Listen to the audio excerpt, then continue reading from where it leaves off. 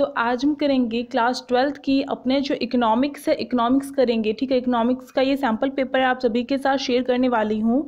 ठीक है, तो इसमें सबसे पहले जो ये जर्नल इंस्ट्रक्शन है वो रीड कर लेते हैं और पूरा सॉल्यूशन हम देखेंगे। ठीक है, इसका पूरे अच्छे तरीके से हम सोल्व करेंगे। तो देखो 2 घंटे का एग्ज़ाम है आपका, आप देख सकते हैं, और 40 नंबर का आपका जो है ये लिखने के लिए आएगा एग्ज़ाम। ठीक है, टर्म 2 के लिए है, 2021 से 2022 का है, CBSE ने दे रखा है ये आपका। ठीक है, तो अब देखो इसके जो जर्नल इंस्ट्रक्शन है उसे आप देख सकते हैं कि आपका क्या होगा। इसमें देखिए यहाँ पर साफ साफ इंग्लिश और हिंदी दोनों में देख सकते हो 13 क्वेश्चन होंगे। ठीक है, और इसमें आपको क्या होगा, 2 मार्क्स के जो क्वेश्चन होंगे वो आपको कितने दिए होंगे, वो 3 से लेकर कितने दे रखे होंगे, 2 मार्क्स के क्वेश्चन इन्होंने कहा है 5 दे रखे होंगे, 3 जो मार्क्स के क्वेश्चन हैं वो भी 5 मिलेंगे आपको, और 5 मार्क्स के क्वेश्चन आपको 3 मिलेंगे। ठीक है, और इसी टाइप से फिर इन्होंने डिवाइड करके आपको बताया है 2 मार्क्स के जो क्वेश्चन हैं उसमें आपको इतने वर्ड्स में आंसर देना है, 3 मार्क्स के क्वेश्चन में इतने वर्ड्स में देना है, और 5 मार्क्स के क्वेश्चन में इतने वर्ड्स में देना है। ठीक है, और अब जो है हम अपना करना स्टार्ट करते हैं क्वेश्चन पेपर। तो देखो यहाँ पर 2 मार्क्स का क्वेश्चन है, तो यहाँ पर आप देख सकते हैं आपका जो ये फर्स्ट क्वेश्चन है इसमें पूछा गया वास्तविक प्रवाह और मौद्रिक प्रवाह में क्या अंतर है। तो अगर आपने प्लेलिस्ट चेक नहीं की है इकोनॉमिक्स टर्म 2 की तो देख लीजिए, चेक कर लीजिए, डिस्क्रिप्शन बॉक्स में दे दूंगी और इसके साथ साथ कमेंट बॉक्स में पिन भी कर दूंगी, और उसमें से आपके मोस्टली जो क्वेश्चन है वो कवर हो जाएंगे। और जिन बच्चों ने पूरे जो वीडियोज़ हैं इकोनॉमिक्स की कर ली होंगी, मेरी इतनी ज़्यादा भी नहीं है कि आप नहीं कर सकते हो, तो आपका जो एग्ज़ाम है वो अच्छा जाएगा। तो वास्तविक प्रवाह और मौद्रिक प्रवाह मैंने करवाया हुआ है, इसी के साथ मैंने पूंजीगत वस्तुओं और उपभोग वस्तुओं में अंतर भी बताया हुआ है। इन्होंने इसमें उदाहरण पूछे हैं और यहाँ पर केवल और केवल अंतर बताने। तो जब अंतर बताओगे तो पहले दोनों की डेफिनेशन बताओ, तो फिर उदाहरण के साथ जो सेकंड पॉइंट है वो बन जाएगा, 2 क्वेश्चन में कवर हो जाएगा। फटाफट इसका आंसर चेक कर लेते हैं हम अपना।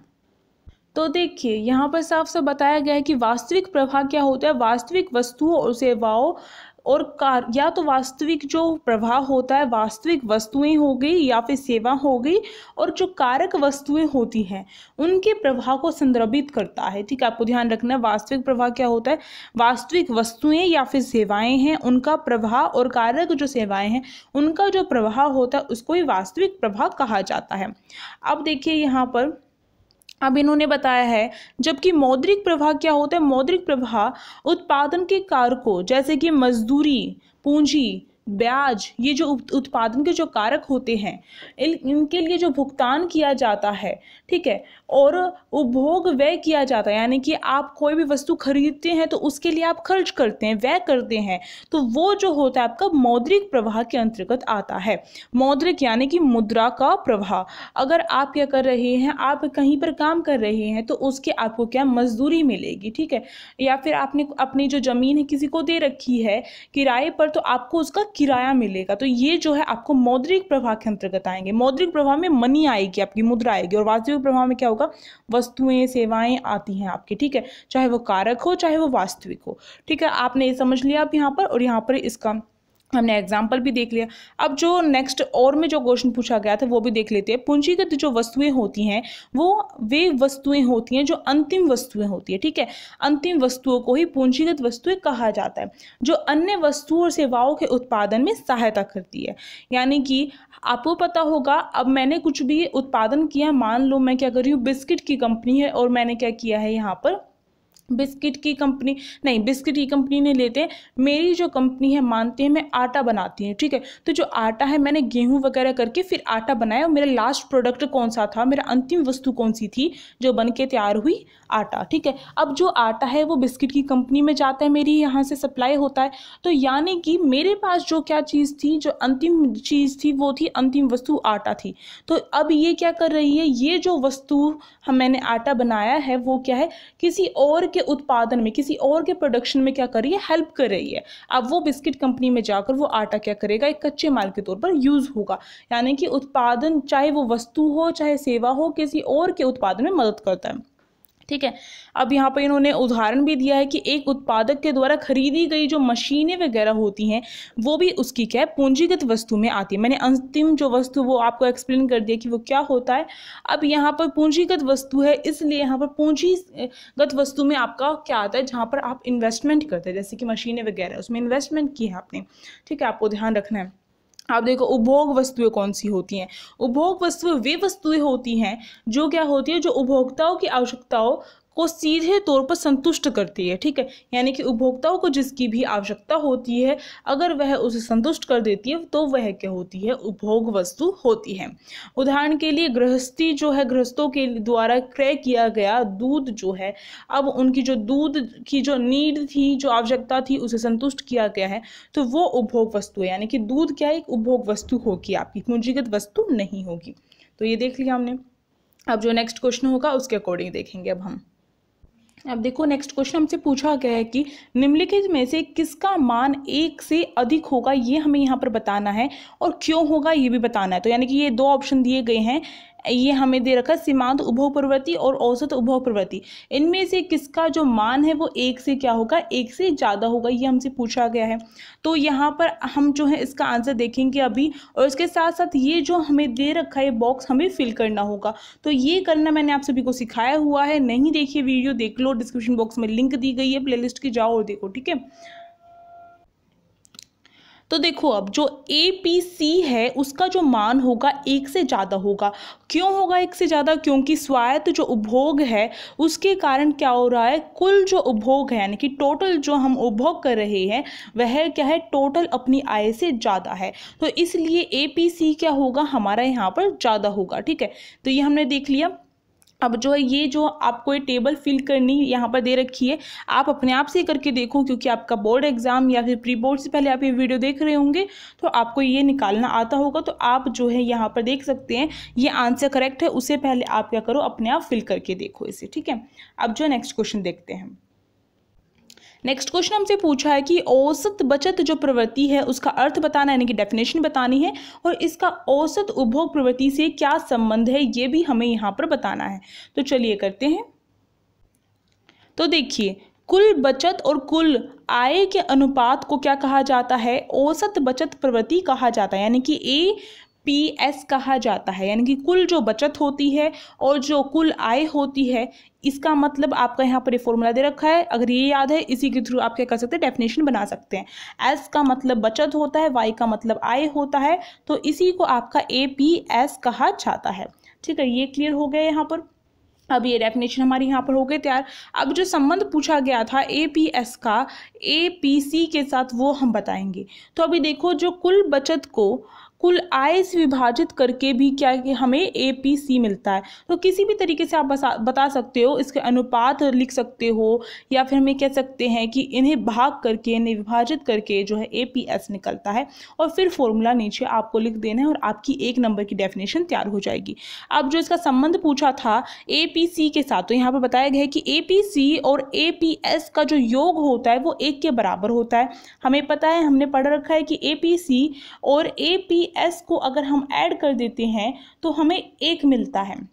ठीक है, तो अगर आपको APS दे रखा है, APC नहीं दे रखा है, तो आप इस फॉर्मूले के थ्रू भी क्या कर सकते हो, निकाल सकते हो। APC को हम X मान सकते हैं, यहाँ पर जो दे रखा है उसे फिल कर सकते हैं, =1 रख सकते हैं और फिर अपना आंसर निकाल सकते हैं। ये चीज़ मैंने फॉर्मूले वाली वीडियो में बताई हुई है, तो फॉर्मूले वाली वीडियो को देखना इंपॉर्टेंट है, जिसका नाम न्यूमेरिकल से आई थिंक मैंने रखा हुआ है। तो न्यूमेरिकल वाली जो वीडियो है वो आपकी टर्म 2 के लिए ही है। ठीक है, नेक्स्ट क्वेश्चन देखते हैं। अब अपना नेक्स्ट क्वेश्चन यहाँ पर क्या है, नेक्स्ट क्वेश्चन है कि ग्रामीण क्षेत्रों में क्या होता है। इन्होंने क्या बताया है हमें कि जो ग्रामीण क्षेत्र हैं उनमें क्या होता है, जो परिवार हैं वो लकड़ी, उपले और जो अन्य जो जैव ईंधन वगैरह होते हैं उनका प्रयोग ईंधन के तौर पर करते हैं। ठीक है, इस व्यवहार में प्रतिकूल प्रभाव है। तो ये जो व्यवहार किया जाता है ग्रामीणों के द्वारा, ये एक प्रतिकूल प्रभाव पड़ता है, तो इसका निहितार्थ हमें बताना है। क्या ये सही में ऐसा होता है, क्या नेगेटिव इसकी कुछ हैं जो प्रभाव होते हैं। जैसे लकड़ी का प्रयोग करते हैं, लकड़ी का प्रयोग करेंगे तो प्रदूषण होगा, जो वन है वनों की कटाई से तो लकड़ी मिलेगी हमें, तो यहाँ पर क्या है, पेड़ पौधे नष्ट होंगे हमारे। ठीक है, और उपलों का प्रयोग करने से, जैसे कि जो मवेशी वगैरह होते हैं गाँव में, ग्रामीण क्षेत्रों में, तो उनका जो गोबर होता है जिससे हम क्या कर सकते हैं, एक बढ़िया खाद बना सकते हैं, वो भी क्या है, हम एक तरीके से हम यूजलेस तरीके से उसे यूज़ कर लेते हैं। तो ये सारी चीज़ें हैं, आप इस केस में लिख सकते हैं, 2 नंबर में काफ़ी होगा, इनफ होगा, ठीक है। अब नेक्स्ट क्वेश्चन देखिए, आधिकारिक संरचना के 2 प्रकार क्या हैं ये बताने और उदाहरण सहित इसे स्पष्ट करना है। या फिर आप नीचे वाला क्वेश्चन अटेम्प्ट कर सकते हैं कि पर्यावरण की धारणा जो क्षमता है, पर्यावरण की धारणा क्षमता के अर्थ की व्याख्या करनी है और यह पर्यावरण संकट से कैसे संबंधित है ये हमें बताना है। तो फटाफट देखते हैं इसका हम आंसर। तो देखिए पहले वाले का हम आंसर देखते हैं। तो आधारिक जो संरचना है हमारी, तो उसके जो 2 हमें जो टाइप्स बताने थे, 2 वर्ग बताने थे, वो कौन कौन से, आर्थिक आधारिक संरचना और सामाजिक आधारिक संरचना। आर्थिक आधारिक संरचना क्या होती है? ये जो आधारिक जो संरचना होती है हमारी आर्थिक रूप से, तो इसके अंतर्गत क्या होता है, जो उत्पादन और जो वितरण होता है उसकी प्रक्रिया क्या करती है, इसमें मदद करती है, ठीक है।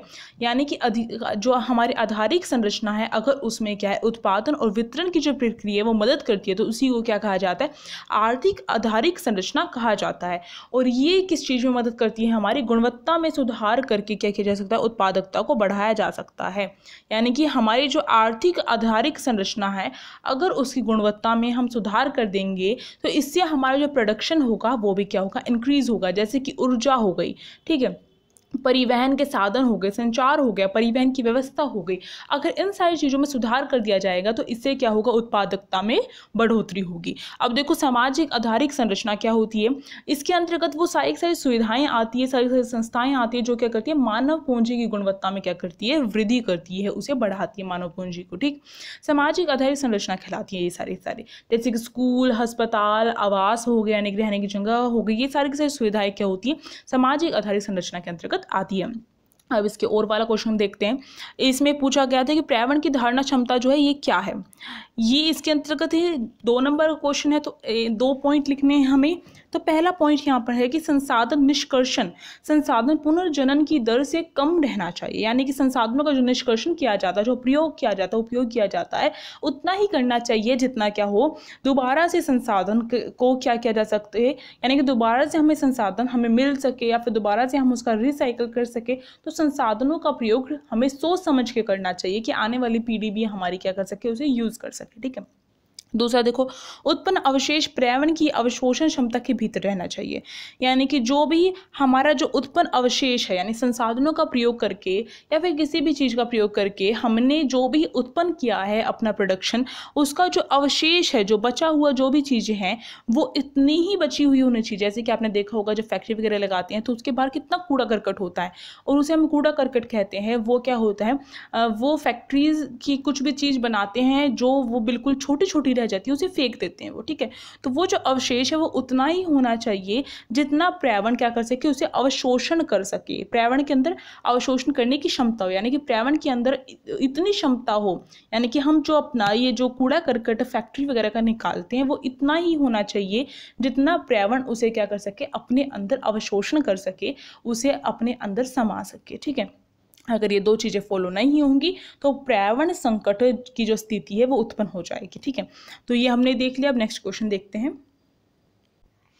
नेक्स्ट क्वेश्चन हमें फिर से न्यूमेरिकल दे रखा है और इस टाइप के न्यूमेरिकल अगर आपको नहीं आते हैं तो प्लीज़ जाओ वो वीडियो देखो, क्योंकि यहाँ पर बार बार वही चीज़ समझाना मतलब बहुत मुश्किल हो जाएगा। अगर आपका कॉन्सेप्ट क्लियर नहीं है तो न्यूमेरिकल वाली वीडियो देखनी पड़ेगी। अर्थशास्त्र का उपभोग फलन इन्होंने दे दिया हमें, C= ये दे दिया है 100 प्लस में 0.8 y। तो अब यहाँ पर स्वायत्त उपभोग का मान पूछा गया है, तो स्वायत्त उपभोग का जो मान होगा अपना कितना होगा, यहाँ पर 100 हो जाएगा स्वायत्त उपभोग का मान।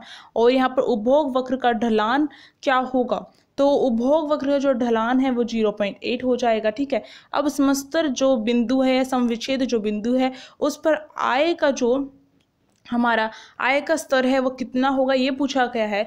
तो C= समविच्छेद जो बिंदु होती है वो हमारी होती है C=y। C अपना यहाँ पर जो पूरी पूरी इक्वेशन दे रखी है यहाँ पर ये फिल कर देंगे और यहाँ पर =y जो है ऐसे एज इट इज़ रह जाएगा हमारा, ठीक है। तो इसके बाद जब हम इसे सॉल्व करेंगे तो अपना आंसर क्या आएगा, y इक्वल टू हमारा आंसर आ जाएगा 500। तो यही हमारा समविच्छेद बिंदु पर आएगा जो स्तर है वो कितना होगा, 500 होगा। ठीक है, अब नेक्स्ट क्वेश्चन देखते हैं। इसी में नेक्स्ट क्वेश्चन दे रखा है, अर्थव्यवस्था में क्या परिवर्तन होगा यदि समग्र मांग समग्र आपूर्ति से अधिक होगी। तो समग्र मांग अगर समग्र आपूर्ति से ज्यादा है तो अर्थव्यवस्था पर क्या प्रभाव पड़ने वाला है, ये पूछा गया है। तो देखो, अगर ये स्थिति आ जाती है कि जो समग्र मांग है वो ज़्यादा हो जाती है समग्र आपूर्ति से, इसका मतलब क्या है कि जो वस्तु की मांग है वो ज़्यादा है, किससे, वस्तु की पूर्ति से, यानी कि प्रोडक्शन इतना नहीं हो पाया है उस वस्तु का, पर उस वस्तु की मांग ज़्यादा हो गई है। तो इसका मतलब क्या इफेक्ट पड़ेगा अपनी अर्थव्यवस्था पर। हमारी अर्थव्यवस्था पर सबसे पहला इफेक्ट ये पड़ेगा कि जितने भी ये प्रोडक्शन करने वाले थे, जितने भी उत्पादक थे, वो क्या करेंगे, उनका जो बचा हुआ माल होगा, जो माल सूची होगी, उस स्टॉक को बेचना शुरू कर देंगे। ठीक है, तो पहला जो उन्होंने छिपा के अपना माल रखा था उसे बेचना स्टार्ट कर देंगे। ठीक है, इसके बाद क्या करेंगे, जब वो स्टॉक भी खत्म हो जाएगा, जो उन्होंने माल सूची और जो स्टॉक अपना बना कर रखा था वो स्टॉक भी खत्म हो जाएगा, तो उसके बाद वो क्या करेंगे, और उत्पादक क्या करेंगे, और उत्पादन करेंगे वस्तु का। ठीक है, और उत्पादन करेंगे, इसका मतलब क्या है, अब उन्हें ये पता है कि इस वस्तु की मांग ज़्यादा हो रही है, अब तो मुनाफा ही होने वाला है, इस लालच में अब वो क्या करेंगे, और ज़्यादा उत्पादन करेंगे।